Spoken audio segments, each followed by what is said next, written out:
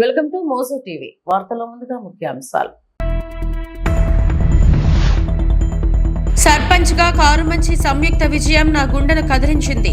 Deputy CM Pawan Kalyan.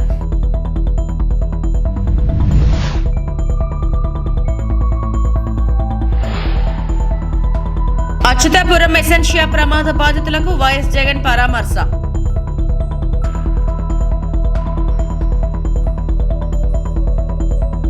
Annamayya జిల్లా మైసూరువారిపల్లె సర్పంచ్ కారుమంచి సంయుక్తపై deputy CM Pawan Kalyan ప్రశంసలు కురిపించారు.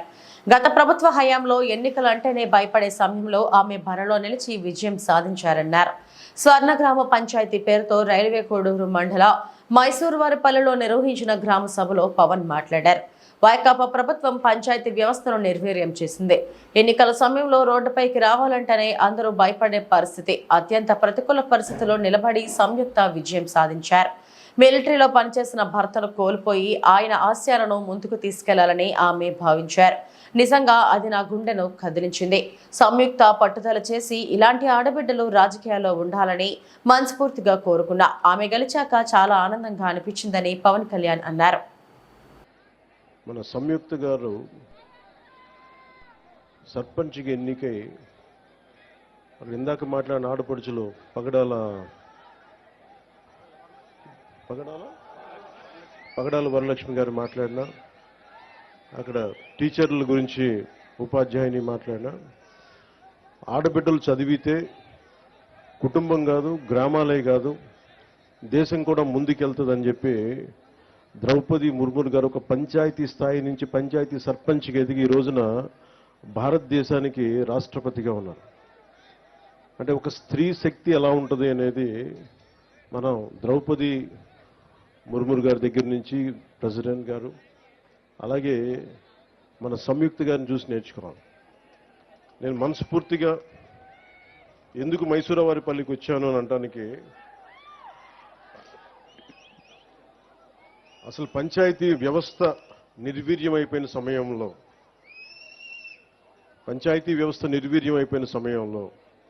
పంచాయతీ ఎన్నికలంటే భయపడే సమయంలో, గత ప్రభుత్వ సమయంలో రోడ్ల మీదకి రావడానికి కూడా చాలా అనుభవం నాయకులు కూడా భయపడే పరిస్థితిలో ఉండి, మిలిటరీలో పనిచేస్తున్న ఒక భర్తని రోడ్లు సరిగ్గా వేయక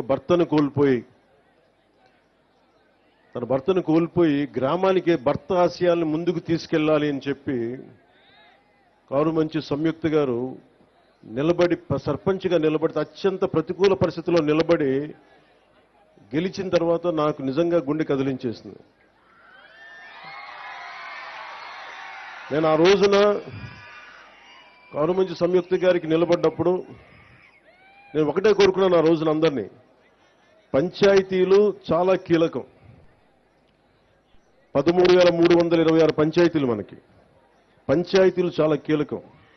అందరూ గ్రామాలు వదిలేద్దాం, బయటికి వెళ్ళిపోదాం అనుకుంటారు. కానీ పంచాయతీని ఎవరైతే కీలకంగా పట్టుకుంటారో, పంచాయతీ కోసం ఎవరు నిలబడతారో వాళ్ళు ఈ దేశాన్ని కదిలించే నాయకులయ్యారు, మామూలు నాయకులు అవ్వలేదు. సో కారుమంచి సంయుక్త నాకు పట్టుదల చూసి ఇలాంటి ఆడబిడ్డలు రాజకీయాల్లో ఉండాలని మనస్ఫూర్తిగా కోరుకుంటే, అది గెలిచి వచ్చిన తర్వాత నాకు చాలా చాలా ఆనందం వేస్తుంది. ఎక్కడా కూడా నేను రాజకీయాలకి అతీతంగా రాష్ట్రాభివృద్ధి కోసం, దేశాభివృద్ధి కోసం సంపూర్ణంగా ఆలోచించేవాడిని. 32 సంవత్సరాలుగా స్వాతంత్ర దినోత్సవ వేడుకలకు కానీ, గణతంత్ర దినోత్సవ వేడుకలకు కానీ 100 రూపాయలు, 200 రూపాయలు ఇచ్చేవాళ్ళు మైనర్ మేజర్ పంచాయతీలకి. అదే మన కృష్ణతేజ గారికి కమిషనర్, ఇంకా మన పంచాయతీరాజ్ ముఖ్యమంత్రి చంద్రబాబు ఆదేశాల మేరకు ఫార్మా కంపెనీ ప్రమాదంలో చనిపోయిన కుటుంబాలకు గురువారం రాత్రి ₹1 కోటి చెక్కును అందజేసిన స్థానిక నాయకులు.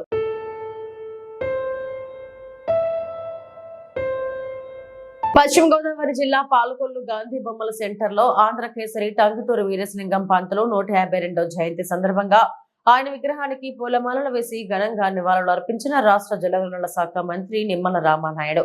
ఈ సందర్భంగా మంత్రి మాట్లాడుతూ, తెలుగు వారికి ప్రత్యేక రాష్ట్రంగా ఏర్పడిన మద్రాస్ ఉమ్మడి రాష్ట్రానికి తొలి ముఖ్యమంత్రిగా ప్రకాశం పంతులు పనిచేశారని, ఆంగ్లేయులకు వ్యతిరేకంగా స్వాతంత్ర ఉద్యమం, జాతీయోద్యమాల్లో కీలక పాత్ర పోషించిన వ్యక్తి అని, న్యాయవాదిగా నాటకాల్లోనూ రాణించిన వ్యక్తి ప్రకాశం పంతులు అని అన్నారు.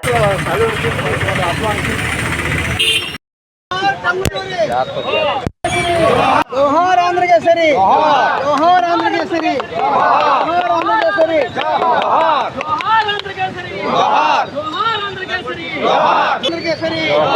జోహార్ ఆంధ్రకేసరి. టంగుటూరి ప్రకాశం పంతులు గారి 152వ జయంతోత్సవాల్ని మన పాలకొల్లు గాంధీ బొమ్మల సెంటర్లో తెలుగుదేశం, జనసేన, బీజేపీ నాయకులతోటి, అదేవిధంగా బ్రాహ్మణ సమాఖ్య నాయకులతోటి కలిసి ఈరోజు ఆ జయంతోత్సవాల్లో పాల్గొనడం చాలా సంతోషంగా, ఆయనకి ఘనమైనటువంటి నివాళులు అర్పించినందుకు మరి ఒక స్ఫూర్తిగా ప్రకాశం పంతులు గారు. ఎందుకంటే ఈరోజు ఈ యొక్క దేశం ఇంత స్వేచ్ఛగా, ఇంత స్వతంత్రాన్ని మనం పొందుతున్నామని అంటే ఎందరో మహానుభావులు వాళ్ళ త్యాగ ఫలం ఈరోజు భారతదేశానికి స్వతంత్రం. అటువంటి స్వతంత్రాన్ని అందించినటువంటి త్యాగధనుల్లో ప్రప్రథముడిగా టంగుటూరి ప్రకాశం పంతులు గారిని చెప్పుకోవచ్చు.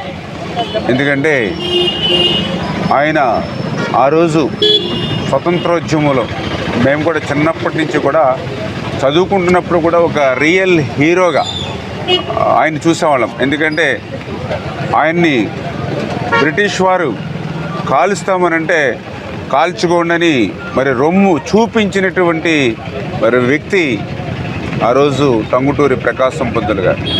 అంటే ఏదైతే ఒక సుభాష్ చంద్రబోసు, ఒక భగత్ సింగ్, ఒక అల్లూరి సీతారామరాజుని ఏ రకంగా అయితే మన యువత అభిమానిస్తామో ఆ కోవలోనే టంగుటూరి ప్రకాశం పంతులు గారు. ఆయన కూడా ఈ దేశానికి స్వతంత్రం వచ్చిన తర్వాత మొట్టమొదటి ఉమ్మడి తెలుగు రాష్ట్రానికి ముఖ్యమంత్రిగా ఆయన సేవలను మనందరం కూడా ఉపయోగించుకున్నాం. ఆ యొక్క ప్రకాశం పంతులు గారు చేసిన సేవల్ని మనం గుర్తుంచుకుని ఏదైతే ఒక జిల్లాకు ప్రకాశం జిల్లా నామకరణం చేయడం కానీ, ఏదైతే ఆయన మరి కృష్ణా జిల్లాలో ఉన్నటువంటి కృష్ణా నది మీద ఆ బ్యారేజ్ ఏదైతే నిర్మాణం చేసుకున్నామో దానికి ప్రకాశం బ్యారేజీగా మనం పేరు తీసుకోవడం కానీ, అంటే ఇట్లా ప్రకాశం పంతులు గారి యొక్క త్యాగం కానివ్వండి, అందులో పర్టికులర్గా దాతృత్వం. ఎందుకంటే ఆయనకి వేల కోట్ల రూపాయల ఆస్తులు ఆ రోజుల్లో ఉంటే అవన్నీ కూడా ఈ దేశం కోసం, ఈ స్వతంత్రం కోసం, ఈ భరతమాత కోసం త్యాగం చేసినటువంటి త్యాగధనుడు. అంచేత భవిష్యత్తు తరాల వారికి, భావి తరాల వారు కూడా ఆ యొక్క టంగుటూరి ప్రకాశం పంతులు గారిని స్ఫూర్తిగా తీసుకుని మేము కూడా పనిచేస్తామని చెప్పి తెలియజేసుకుంటూ, అందుకే ఈరోజు తెలుగుదేశం, జనసేన, ఎన్డీఏ ప్రభుత్వం కూడా టంగుటూరి ప్రకాశం పంతులు గారి జయంతిని మరి వేళ ప్రభుత్వ పరంగా కూడా నిర్వహించాలని చెప్పేసి కూడా మేము అందరం కూడా నిర్ణయం తీసుకున్నామని చెప్పి తెలియజేసుకుంటాం. అచ్యుతాపురం సెజ్లో ఫార్మా కంపెనీలో జరిగిన ప్రమాదంలో గాయపడి అనకాపల్లి విషా ప్రైమ్ ఆసుపత్రిలో చికిత్స పొందుతున్న క్షతగాత్రులను మాజీ ముఖ్యమంత్రి వైఎస్ జగన్మోహన్ రెడ్డి పరామర్శించారు. ఆసుపత్రిలో చికిత్స పొందుతున్న క్షతగాత్రుల వద్దకు వెళ్లి ఆరోగ్య పరిస్థితిపై ఆరా తీశారు. బాధితులకు వైఎస్ జగన్ ధైర్యం చెప్పారు. బాధితుల వివరాలు, ప్రమాదం జరిగిన వివరాలు అడిగి తెలుసుకున్నారు. బాధితులకు అందుతున్న వైద్యం, వాళ్ళ ఆరోగ్య పరిస్థితి ఎలా ఉందో వైద్యులని అడిగి తెలుసుకున్నారు. మెరుగైన వైద్యం అందించాలని వైఎస్ జగన్ సూచించారు.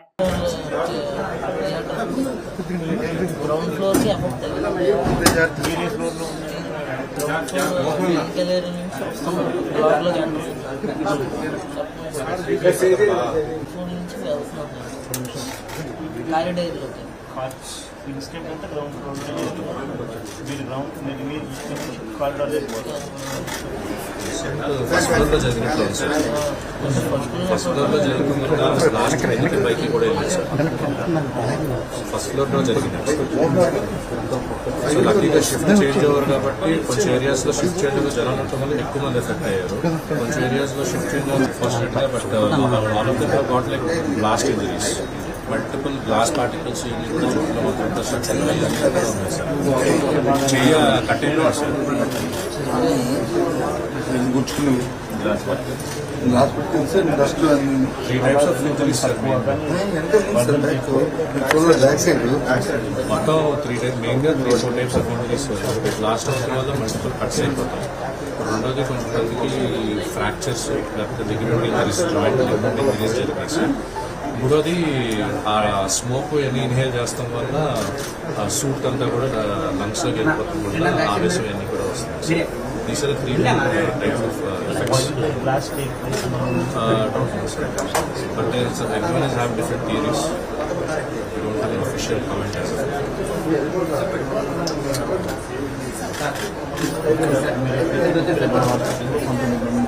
now.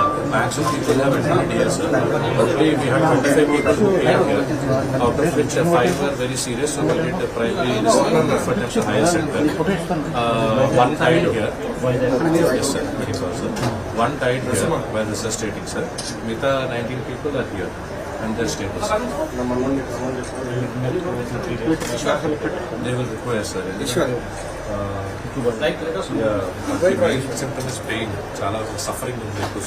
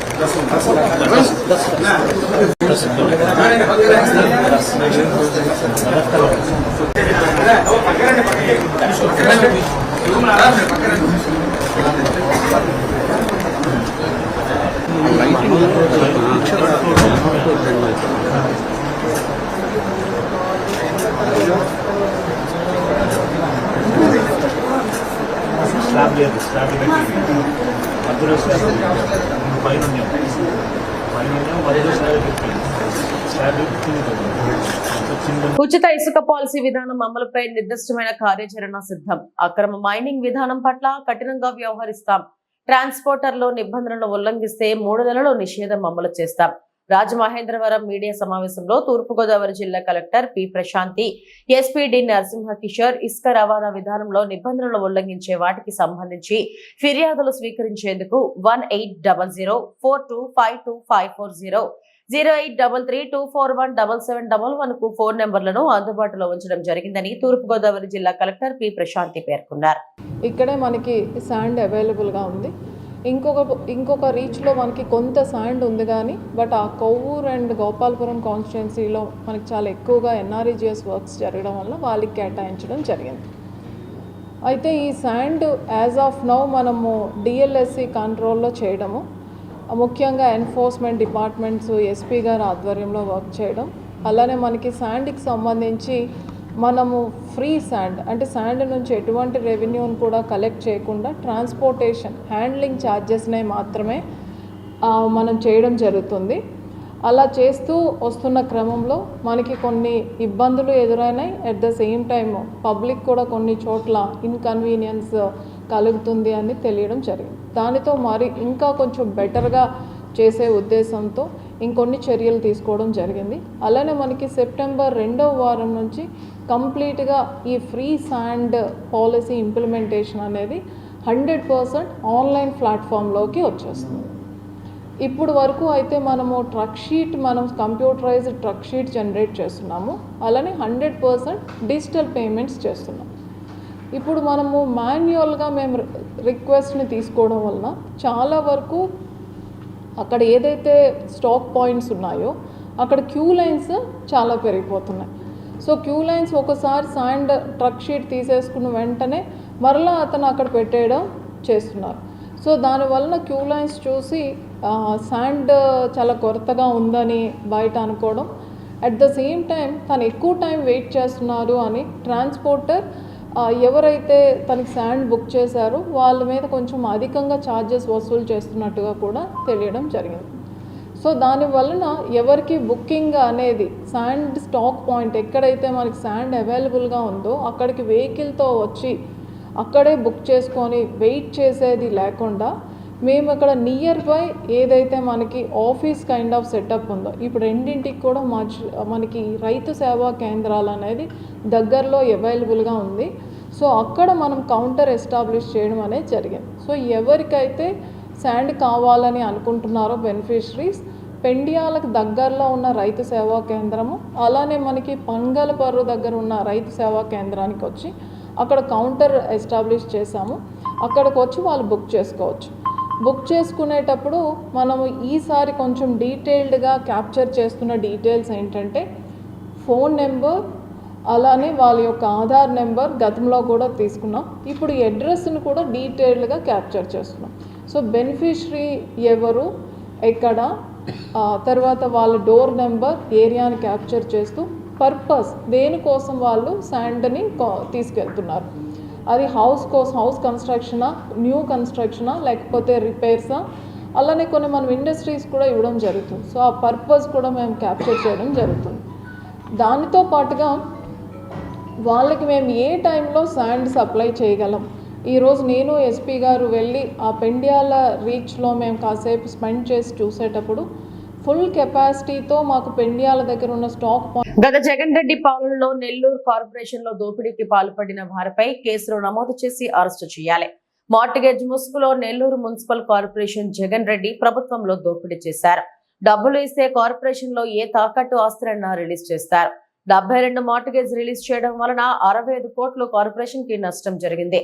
కార్పొరేషన్ లో అవినీతికి ప్రధాన కారణమైన వారిని అరెస్టు చేయాలి. టీడీపీ అధికార ప్రతినిధి ఆనం వెంకటరమణారెడ్డి. రాష్ట్రంలో చాలా కార్పొరేషన్లు ఉన్నాయి కాబట్టి అన్నిటి గురించి మాట్లాడలేను కాబట్టి ఈరోజు నెల్లూరు మున్సిపల్ కార్పొరేషన్ గురించి కొన్ని వాస్తవాలు, నిజాలు, భయంకరమైన దోపిడీ ఎలా ఉంటుందో, 100 కోట్ల రూపాయలు ఎలా సంపాదించాలో ఆఫీసర్స్, ఐఏఎస్ ఆఫీసర్స్ ఈరోజు మీకు ప్రత్యక్షంగా ఆధారాలతో కూడా చూపిస్తాం. మనం ఒక బిల్డింగ్ కట్టేటప్పుడు కానీ, ఇళ్ళు కానీ, అపార్ట్మెంట్ కట్టేటప్పుడు మనం కొన్ని అపార్ట్మెంట్లు కానీ, కొంచెం స్థలం కానీ కార్పొరేషన్ కి తాకట్టు పెడతాం. మార్టిగేజ్ మీకు అర్థం కాదు కాబట్టి నేను తాకట్టు అంటున్నా. ఈ తాకట్టు పెట్టిన ప్రాపర్టీ కార్పొరేషన్ కి ఏది తాకట్టు పెడతామో, మీరు బిల్డింగ్ అంతా కంప్లీట్ చేసి ప్లాన్ ప్రకారం ఏ ప్లాన్ ఉందో ఆ ప్లాన్ ప్రకారం మీరు కట్టుంటే ఆ తాకట్టు రిలీజ్ చేయాలి. ఆ తాకట్టు రిలీజ్ చేసేటప్పుడు మీకు ఆక్యుపెన్సీ సర్టిఫికేట్ అని ఒకటి ఇస్తారు. ఇతను ఎవరో చాలా మంచోడు, నేను డాష్ బోర్డ్ లో నుంచి డౌన్లోడ్ చేశాను. దీన్ని ఆక్యుపెన్సీ సర్టిఫికేట్ అంటాం. ఈ ఆక్యుపెన్సీ సర్టిఫికేట్ ఇచ్చినప్పుడు నువ్వు సరిగ్గా బిల్డింగ్ కట్టేవు అంటేనే ఈ ఆక్యుపెన్సీ ఓసీ సర్టిఫికేట్ అంటాం. ఆక్యుపెన్సీ సర్టిఫికేట్ ఇస్తారు. ఈ ఆక్యుపెన్సీ సర్టిఫికేట్ బేస్ చేసుకొని మీకు తాకట్టు పెట్టిన బిల్డింగ్లన్నీ కార్పొరేషన్ రిలీజ్ చేసేసి మీకు అమ్ముకునే దానికి అవకాశం ఇస్తుంది. ఈ కార్పొరేషన్స్ లో ఇది ఫ్లో చార్ట్. ఇది ఆన్లైన్ ఏపీ డిపిఎంఎస్ పోర్టల్ అంటాం. ఏపీ గవర్నమెంట్ పోర్టల్ కార్పొరేషన్ సంబంధించి ఈ ఏపీ పోర్టల్లో, ఈ డిపిఎంఎస్ పోర్టల్లో మీరు ఆన్లైన్ లో దీన్ని అప్లోడ్ చేయాలి. డాక్యుమెంట్స్ అని ఏ డాక్యుమెంట్స్ మీకు సంబంధించిన మీ అపార్ట్మెంట్, మీరు తాకట్టు పెట్టిన అన్ని కూడా దీంట్లో మీరు అప్లోడ్ చేస్తే ఇక్కడి నుంచి మీకు పర్మిషన్ వస్తుంది. ఇదిగోండి ఫ్లో చార్ట్. ఫస్ట్ వచ్చి ఆక్యుపెన్సీ సర్టిఫికేట్, నెక్స్ట్ వచ్చేసి తాకట్టు రిలీజ్ సర్టిఫికేట్. ఇది సిస్టమా బొక్క. మాకేం పని సిస్టంతో? పనే లేదు. మాకు అనుకుంటే మాకు డబ్బులు ఇస్తే, మాకు క్యాష్ ఇస్తే నెల్లూరు కార్పొరేషన్ కానీ, ఆంధ్ర రాష్ట్రంలో ఏ కార్పొరేషన్ కానీ తాకట్టు అంతా రిలీజ్ చేసేస్తాం. డబ్బు కావాలి మాకు. ఎస్, నెల్లూరు కార్పొరేషన్ లో 73 ఫైల్స్ నాకు దొరికినాయి. ఇంకా 100 ఉన్నాయి. 73 ఫైల్స్, ఫైల్ నంబర్లు ఎవరు రిలీజ్ చేశారు, ఏ కమిషనర్ రిలీజ్ చేశాడు, టౌన్ ప్లానింగ్ స్టాఫ్ ఎవరు పోయి రిలీజ్ చేశారు, ఒక్కదానికి కూడా ఆక్యుపెన్సీ సర్టిఫికేట్ లేదు. ఒక్కదానికి. ప్రతి ఫైల్ నంబర్ ఇక్కడ ఉన్నాయి. ఈ 73 ఫైల్స్ లో అప్రాక్సిమేట్ గా 65 కోట్ల రూపాయలు నెల్లూరు కార్పొరేషన్ కి నష్టం జరిగింది. 65 కోట్లు. ఎంత ఘోరం అంటే, ఎంత బర్రి తెగింపు అంటే, ఇది చూడండి, బిల్డింగ్ పర్మిషన్ లేకుండా తాకట్టు రిలీజ్ చేసేస్తారా? అసలు బిల్డింగ్ పర్మిషన్ లేకుండా బిల్డింగ్ ఎట్టగడతారా? బిల్డింగ్ పర్మిషన్ లేకుండా అంటే మీకు డబ్బులు ఇచ్చేస్తే ఏదైనా చేసేస్తారా? ఏదైనా రిలీజ్ చేసేస్తారా? డబ్బులు ఇస్తే చాలా. ఇంకా 100 ఫైల్స్ ఉన్నాయి. ఈ ఫైల్స్ మీరు నాకు ఇలేదు. కార్పొరేషన్ లో ఈ ఫైల్స్ మాయమయ్యాయి. నోట్ ఫైల్స్ లేవు. మీరు ఈకపోతే ఈ ఆనముకు దొరకద్దు అనుకున్నారా? దొరకకుండా పోతాయి అనుకున్నారా? ఇదిగోండి మీ జాతకం చూడండి. ఎన్టీఆర్ జిల్లా జగ్గయ్యపేట మండలం పొంచి ఉన్న పడవ పెను ప్రమాదం. పట్టించుకునే అధికారులే లేరా? ఒక పక్క పొంగి పొర్లుతున్న కృష్ణమ్మ, మరో పక్క శిక్షణ లేని పడవ చోదకలో క్షణం పులిచింతల ప్రాజెక్ట్ నుండి నీరు ఉధృతంగా మారుతుంది. క్షణం తగ్గుతుంది, ప్రతి క్షణం ప్రమాదకరంగా నీటి పరిస్థితి మారుతుంది. అయినా పడవ నడిపే వారికి ఎలాంటి సెక్యూరిటీ వస్తువులు గాని, జాకెట్స్ గాని, లైసెన్స్ గాని లేదు. ప్రభుత్వం నుండి ఎలాంటి పర్మిషన్లు కూడా లేవు. ఒక పక్క పనులు, మరో పక్క బైకులు, భయాందోళనలు పడవ ప్రయాణికులు. జిల్లా కలెక్టర్ వెంటనే చొరవ తీసుకొని స్థానిక అధికారులను అప్రమత్తం చేయాలని మానవ హక్కుల సంఘం ప్రతినిధులు, సామాజిక కార్యకర్తలు కోరుతున్నారు.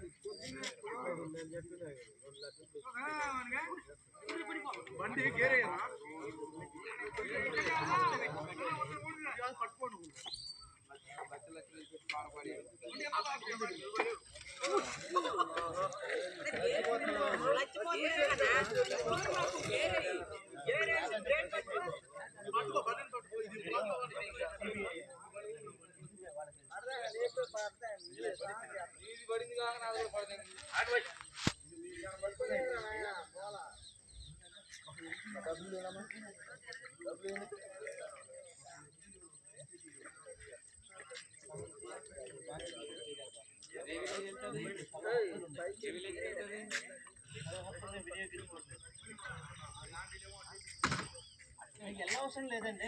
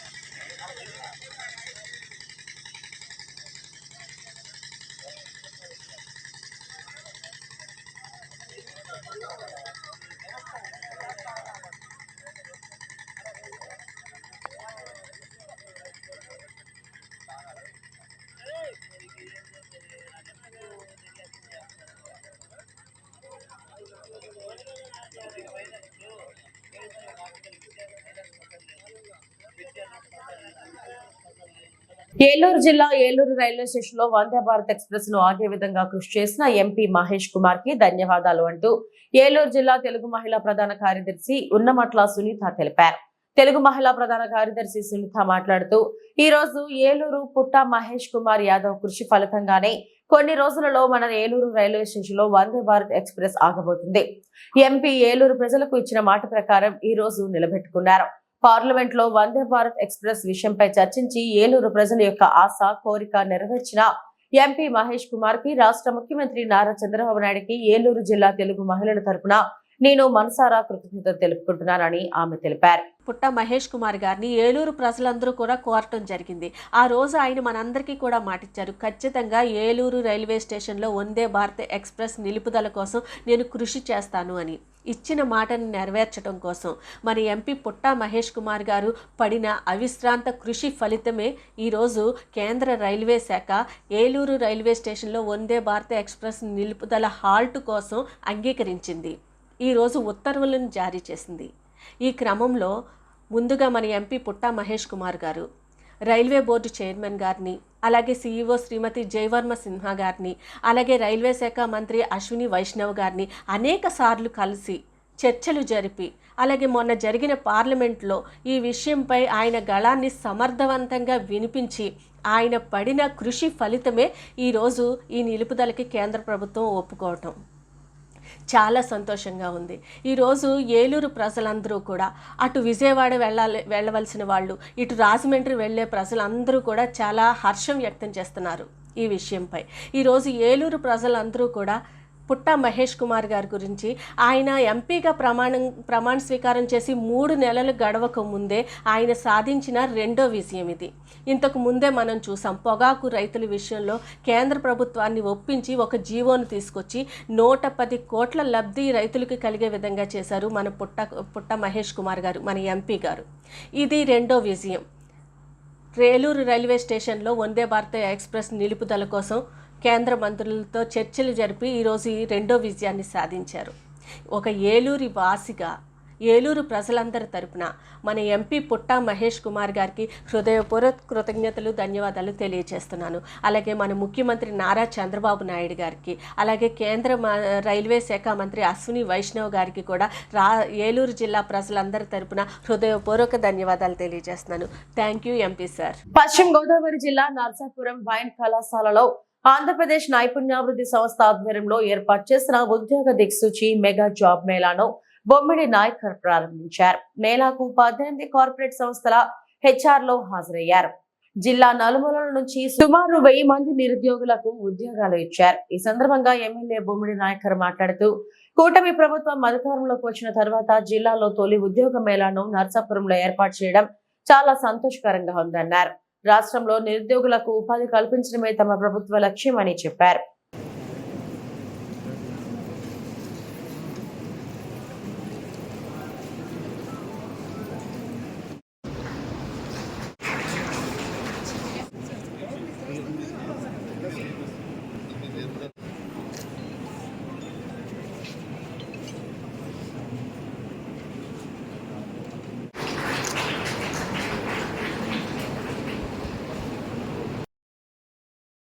శ్రీ పొన్నపల్లి శ్రీరామారావు గారు జయప్రదం చేసినందుకు కళాశాల యాజమాన్యాలు మరొకసారి ఉదయం చేసుకుంటున్నారు.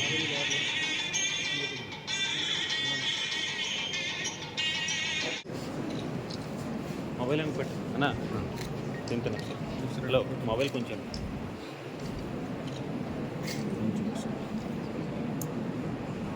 ఇంకొంచెం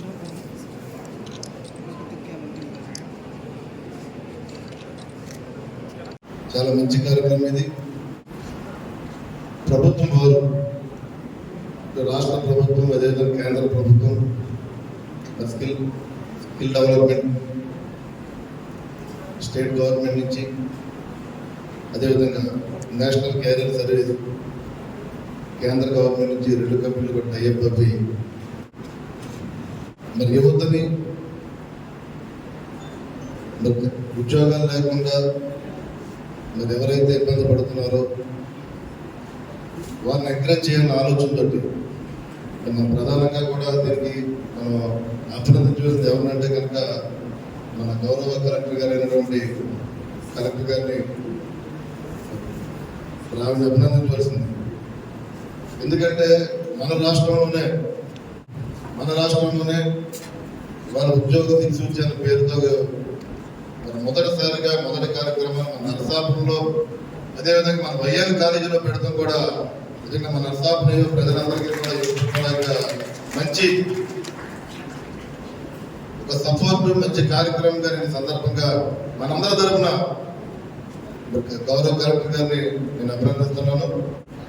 అదేవిధంగా మరి ఎవరైతే ఈ కంపెనీ 19 కంపెనీలు వచ్చినాయి మనకి, మరి 19 కంపెనీల నుంచి కూడా చాలా ప్రైవేట్ కంపెనీలకి రావడం జరిగింది. వాటిలో ఈ 19 కంపెనీలు ఎదుర్కొచ్చి దాదాపు 1100 మంది స్టూడెంట్స్, అన్ఎంప్లాయ్మెంట్ స్టూడెంట్స్ కానీ ఈ ప్రోగ్రామ్కి మీరందరూ ఆన్లైన్లో కూడా పెట్టుకోవడం జరిగింది. మరి ఈరోజు ఎంత కష్టం ఉన్నా సరే మరి మీరందరూ కూడా ఈ కార్యక్రమానికి వచ్చి మీరు కూడా జాబ్, ప్రతి ఒక్కరు జాబ్ కావాలని ఆలోచనతో మీరు అందరూ వచ్చారు కాబట్టి ఇందాక కృష్ణారెడ్డి గారు చెప్పారు, మీకు శాలరీ ఎంత అని కాదు, మీరు కంపల్సరీ ఏదో కంపెనీలో జాబ్ చేసుకుంటే కనుక రాబోయే రోజుల్లో ఇంకా మీకు బెటర్ శాలరీ వస్తే బయట వేరే కంపెనీకి వెళ్ళి మీరు చేసుకునే పరిస్థితి వాళ్ళు చూస్తున్నాం. దయచేసి మీరందరూ కూడా మీ క్వాలిఫికేషన్ తగ్గట్టు ప్రతి ఒక్కరు మీకు ఏ కంపెనీకి మీరు మీకు అనుసంధానంగా ఉండదో మరి ఆ కంపెనీతో మీరందరూ కూడా సహకరించి మీరందరూ కూడా మీ రెజ్యూమ్స్ని ఇంటర్వ్యూకి వెళ్ళి మీరందరికీ కూడా సక్సెస్ అవ్వాలని చెప్పి నేను మనస్ఫూర్తిగా నేను ఈ సందర్భంగా తెలియజేస్తున్నాను. ఇవి ఇప్పటివరకు నా బులెటిన్ అప్డేట్స్. నమస్తే.